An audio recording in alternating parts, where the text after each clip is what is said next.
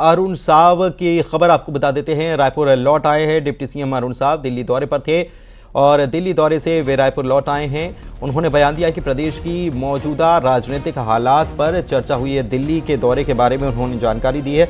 दरअसल deputy CM के साथ साथ वो प्रदेश अध्यक्ष भी हैं और 2 जिम्मेदारियां अभी उनके कंधों पर हैं। तो ऐसे में उन्होंने जानकारी दी है कि प्रदेश की मौजूदा राजनीतिक हालात जो हैं, इस पर दिल्ली में आला नेताओं से बातचीत हुई है। बता दें कि वे मौजूद थे कल दिल्ली में और लगातार नेताओं से, कई सारे नेताओं से उन्होंने कल मुलाकात की है। और अब जब वे रायपुर लौट आए हैं तो मीडिया से उन्होंने बात की है और कहा है कि प्रदेश के राजनीतिक हालात पर दिल्ली में चर्चा हुई है। के उपरांत राष्ट्रीय नेतृत्व के साथ प्रदेश की स्थिति को लेकर चर्चा नहीं हुई पाई थी। कल प्रदेश की सारी राजनीतिक स्थिति पर केंद्रीय नेतृत्व से चर्चा हुई है और उन चर्चाओं के जो परिणाम है समय आने पर आप सबको पता चलेगा। छत्तीसगढ़ की जनता ने जिस विश्वास के साथ भारतीय जनता पार्टी को ऐतिहासिक बहुमत दिया है, हम छत्तीसगढ़ की जनता की इच्छा और आकांक्षाओं की पूर्ति के लिए काम करेंगे। मोदी की गारंटी 100% जनता तक पहुंचे, इसके लिए काम। तो डिप्टी सीएम अरुण साव जो हैं वो रायपुर पहुंच चुके हैं, दिल्ली के दौरे पर थे। उन्होंने बताया कि दिल्ली में जो मुलाकात हुई है, बात हुई है, बैठक हुई है, किन मुद्दों को लेकर हुई है। हालांकि उन्होंने ज़्यादा कुछ नहीं ना कहते हुए उन्होंने कहा कि ये समय आने पर सबको ये बता दिया जाएगा। लेकिन उन्होंने ये बताया कि प्रदेश की राजनीति पर चर्चा हुई है और जो वादा किया गया, मोदी की गारंटी का जिक्र उन्होंने भी यहाँ पर किया और कहा कि मोदी ने जो गारंटी दी है उनको पूरा करने का काम सरकार जरूर करेगी। और भोपाल से बड़ी खबर आपको बता रहे हैं। आज शाम कांग्रेस विधायकों का डिनर रखा गया। नेता प्रतिपक्ष उमंग सिंघार ये डिनर आयोजित कर रहे हैं। डाइनिंग टेबल पर आगे की रणनीति भी तय होनी है। बीजेपी को कैसे घेरा जाए, इसकी रणनीति बनाई जाएगी।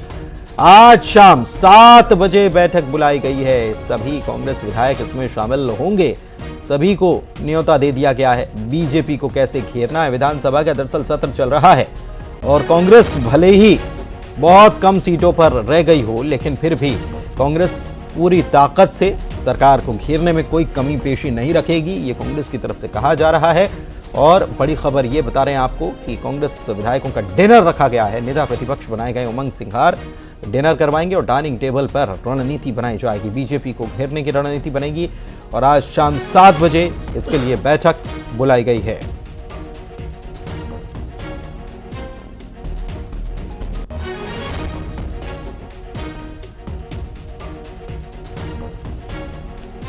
तो कांग्रेस सरकार को कैसे घेरे, क्योंकि अब कांग्रेस जिस भूमिका में है, प्रतिपक्ष की भूमिका में है, कांग्रेस और प्रतिपक्ष की भूमिका का निर्वहन करने के लिए कांग्रेस अब रणनीति बनाने में जुटी हुई है। कई सारे मुद्दे हैं जिसको लेकर कांग्रेस रणनीति बनाएगी और सवाल जवाब, जाहिर सी बात है कि विधानसभा में सरकार को घेरने के लिए सवाल जवाब भी तैयार करने हैं। शैलेंद्र भदौरिया हमारे संवाददाता फोन लाइन पर जुड़े हुए हैं, उनसे बात करते हैं। शैलेंद्र, अब उमंग सिंघार जब नेता प्रतिपक्ष बनाए गए हैं तो वो अपने अंदाज में विधायकों के साथ डिनर भी करेंगे और चर्चा भी करेंगे कि आगे आने वाले वक्त में, क्योंकि विधानसभा का सत्र से शुरू हो चुका है, सरकार को कैसे घेरा जाए। बिल्कुल, निश्चित तौर पर देखिए, मध्य प्रदेश में पहला सत्र जो है वो आज से शुरू हो गया और आने वाले समय में लोकसभा के चुनाव भी हैं। तो ऐसे में सरकार को सदन में किस तरीके से घेरना है, इसको लेकर जो रणनीति है वो बनाने का काम जो है वो आज डिनर के जरिए होगा। सभी जो विधायक हैं उनको आज, चूंकि विधानसभा सत्र चल रहा है सभी भोपाल में, और यही कारण है कि शाम 7 बजे एक होटल में सारे लोग बैठेंगे, साथ में डिनर करेंगे। और एक महत्वपूर्ण विषय इसके साथ ये भी है कि देखिए, पुराने दिग्गज विधायक भी हैं और कुछ नए विधायक भी जीत कर आए हैं, तो उनके साथ भी आपस में एक मेलजोल और किस तरीके से सदन में काम करना है ये बताने का काम भी मीटिंग के जरिए किया जाएगा। तो सबसे प्रमुख मुद्दा तो है यही है कि सत्ता को किस तरीके से घेरना है, सरकार को किन किन मुद्दों को लेकर चर्चा करनी है, इस सब को लेकर आज शाम 7 बजे से रणनीति तैयार की जाएगी। कोई खास एजेंडा तो नहीं रखा गया है या सामान्य रूप से ये डिनर रखा गया है या सभी को आना जरूरी कर दिया गया है? देखिए चूंकि विधानसभा का सत्र चल रहा है तो सभी विधायक यहाँ पर मौजूद है। केवल पूर्व मुख्यमंत्री कमलनाथ चूंकि बाहर है वो नहीं है। उसके अलावा अगर बात करें तो सभी विधायक यहाँ पर मौजूद है। तो बैठक का देखिए अभी जो पहला सत्र जो शुरू हुआ है ये सामान्य सत्र है, लेकिन आने वाले समय में और जो सत्र आयोजित किए जाने हैं उनमें किस तरीके से सरकार को घेरना है इसको लेकर निश्चित तौर पर रणनीति बनाना पहली प्राथमिकता इस बैठक में रखी गई है। चलिए, बहुत शुक्रिया आपका इस जानकारी के लिए। शैलेंद्र हमारे सहयोगी जानकारी दे रहे थे इस बैठक के बारे में। इधर दुर्ग जिले में बाइक के फ्यूल टैंक पर लड़की को बैठाकर फर्राटा भरते आशिक का वीडियो सामने आया है। युवक नेशनल हाईवे 53 पर अपनी गर्लफ्रेंड को बाइक के आगे बैठाकर रायपुर से भिलाई की तरफ जा रहा था। उस युवक ने बाइक के आगे फ्यूल टैंक पर लड़की को बैठा रखा था। देखिए कैसे बैठा रखा है, वो भी उल्टी तरफ। लड़की उसकी बाहों में बाहें डाले बैठी थी। लड़का तेज रफ्तार से बाइक चला रहा था। फिल्मी अंदाज में रोमांस करते हुए सड़क पर दोनों मौज मस्ती करते रहे। किसी ने कार में सवार व्यक्ति ने इसका वीडियो भी बना लिया।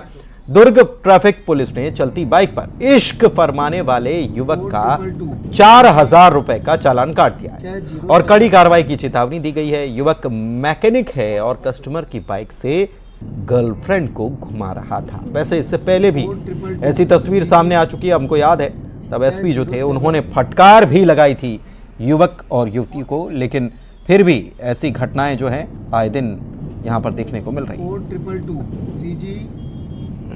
07 दिल्ली से बड़ी खबर आपको बता रहे हैं। राज्यसभा के 34 विपक्षी सांसद सस्पेंड हो चुके हैं और लोकसभा से 33 विपक्षी सांसद निलंबित किए गए। अध्यक्ष की बात नहीं सुनने पर यह एक्शन हुआ है। तो यह बड़ी खबर आपको बता रहे हैं। दोनों सदनों से सांसदों का सस्पेंशन हुआ है, निलंबन हुआ है। लोकसभा से 33 और राज्यसभा से 34 सांसद सस्पेंड किए गए हैं। यह बड़ी खबर दिल्ली से आपको बता रहे हैं। और अध्यक्ष की बात ना सुनने को लेकर संसद से 67 विपक्षी सांसद सस्पेंड किए गए हैं। लोकसभा से 33 सांसद निलंबित किए गए हैं तो राज्यसभा से 34 और अध्यक्ष की बात नहीं सुनने पर यह एक्शन लिया गया है। दिल्ली से यह बड़ी खबर आपको बता रहे हैं। हंगामा करना और अध्यक्ष की बात ही नहीं सुनना, इस मामले में यह सस्पेंशन हुआ है। राज्यसभा से 34 और लोकसभा से 33, कुल 67 हो जाते हैं और कुल 78 विपक्षी सांसद सस्पेंड किए गए। देखिए ये आंकड़ा बढ़ गया। 45 राज्यसभा से सांसद सस्पेंड हुए हैं। दिल्ली से बड़ी खबर आपको बता रहे हैं। 45 राज्यसभा से और कुल मिलाकर 78, 33 जो हैं लोकसभा से, यह आंकड़ा सामने आया है। तो कुल मिलाकर विपक्षी 78 सांसद जो हैं वो सस्पेंड हुए हैं। विनीत हमारे संवाददाता हमारे साथ फोन लाइन पर जुड़े हुए हैं, उनसे बात करते हैं। विनीत, ये सस्पेंशन की कार्रवाई अध्यक्ष की बात नहीं सुनने पर किस प्रकार से कार्रवाई देखने को मिली है, जानकारी दें खबर के बारे में। जी निश्चित तौर पर मैं आपको बताना चाहूंगा कि जिस तरह से हमारी बात जो है वो केंद्रीय मंत्रियों से भी, सरकार के मंत्रियों से भी, उनका साफ तौर पे कहना था कि जिस तरह से जो विपक्षी पार्टियां हैं वो लगातार जो है जिस तरह से कार्रवाई कर रही थी और जो उनके कृत्य थे कहीं ना कहीं जो सांसदों के जो कृत्य होते हैं उससे इतर थे।